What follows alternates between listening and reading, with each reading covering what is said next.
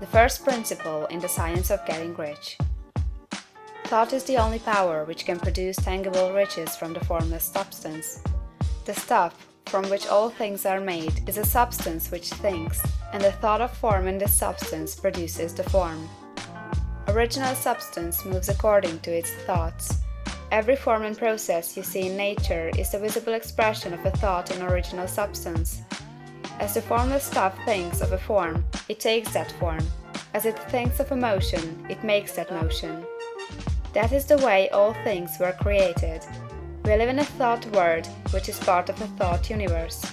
The thought of a moving universe extended throughout formless substance, and the thinking stuff moving according to that thought took the form of systems of planets and maintains that form. Thinking substance takes the form of its thought and moves according to the thought. Holding the idea of a circling system of suns and worlds, it takes the form of these bodies and moves them as it thinks. Thinking the form of a slow-growing oak tree, it moves accordingly and produces the tree, though centuries may be required to do the work. In creating, the formless seems to move according to the lines of motion it has established. The thought of an oak tree does not cause the instant formation of a full-grown tree, but it does start in motion the forces which will produce the tree along established lines of growth. Every thought of form, held in thinking substance, causes the creation of the form, but always, or at least generally, along lines of growth and action already established. The thought of a house of a certain construction, if it were impressed upon formless substance, might not cause the instant formation of the house, but it would cause the turning of creative energies already working in trade and commerce into such channels as to result in the speedy building of the house. And if there were no existing channels through which the creative energy could work, then the house would be formed directly from primal substance, without waiting for the slow processes of the organic and inorganic world.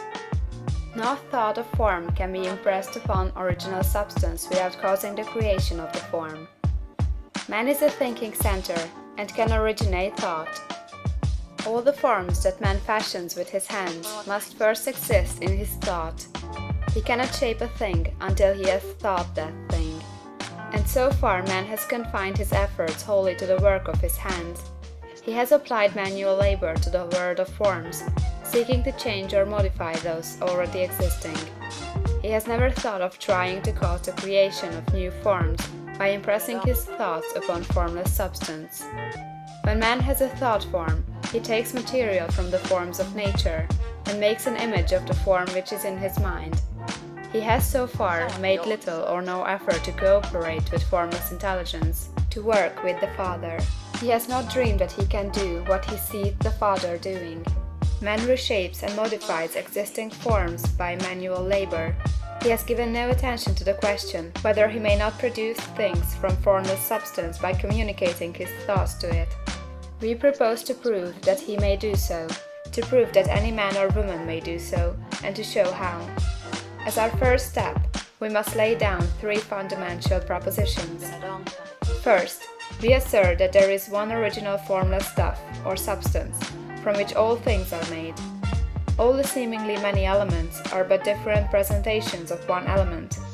All the many forms found in organic and inorganic nature are but different shapes, made from the same stuff. And this stuff is thinking stuff. The thought held in it produces the form of the thought. Thought in thinking substance produces shapes. Man is a thinking center, capable of original thought. If man can communicate his thought to original thinking substance, he can cause the creation or formation of the thing he thinks about. To summarize this, there is a thinking stuff from which all things are made, and which, in its original state, permeates, penetrates, and fills the interspaces of the universe. A thought in this substance produces the thing that is imaged by the thought. Man can form things in his thought, and by impressing his thought upon formless substance, can cause the thing he thinks about to be created. It may be asked if I can prove these statements, and without going into details, I answer that I can do so, both by logic and experience. Reasoning back from the phenomena of form and thought, I come to one original thinking substance, and reasoning forward from this thinking substance, I come to man's power to cause the formation of the thing he thinks about. And by experiment, I find the reasoning true, and this is my strongest proof. If one man who reads this book gets rich by doing what it tells him to do, that is evidence in support of my claim. But if every man who does what it tells him to do gets rich, that is positive proof until someone goes through the process and fails. The theory is true until the process fails, and this process will not fail, for every man who does exactly what this book tells him to do will get rich. I have said that men get rich by doing things in a certain way, and in order to do so, man must become able to think in a certain way. A man's way of doing things is the direct result of the way he thinks about things. To do things in a way you want to do them, you will have to acquire the ability to think the way you want to think. This is the first step toward getting rich. To think what you want to think is to think truth, regardless of appearances. Every man has the natural and inherent power to think what he wants to think, but it requires far more effort to do so than it does to think the thoughts which are suggested by appearances. To think according to appearance is easy. To think truth, regardless of appearances, is laborious, and requires the expenditure of more power than any other work man is called upon to perform. There is no labor from which most people shrink as they do from that of sustained and consecutive thought. It is the hardest work in the world. This is especially true when truth is contrary to appearances. Every appearance in the visible world tends to produce a corresponding form in the mind which observes it, and this can only be prevented by holding the thought of the truth. To look upon the appearance of disease will produce the form of disease in your own mind, and ultimately in your body, unless you hold the thought of the truth, which is that there is no disease, it is only an appearance, and the reality is health. To look upon the appearances of poverty will produce corresponding forms in your own mind, unless you hold to the truth that there is no poverty, there is only abundance. To think health when surrounded by the appearances of disease, or to think riches when in the midst of appearances of poverty, requires power. But he who acquires this power becomes a mastermind. He can conquer fate, he can have what he wants. This power can only be acquired by getting hold of the basic fact which is behind all appearances, and that fact is that there is one thinking substance from which and by which all things are made. Then we must grasp the truth that every thought held in this substance becomes a form, and that man can so impress his thoughts upon it as to cause them to take form and become visible things.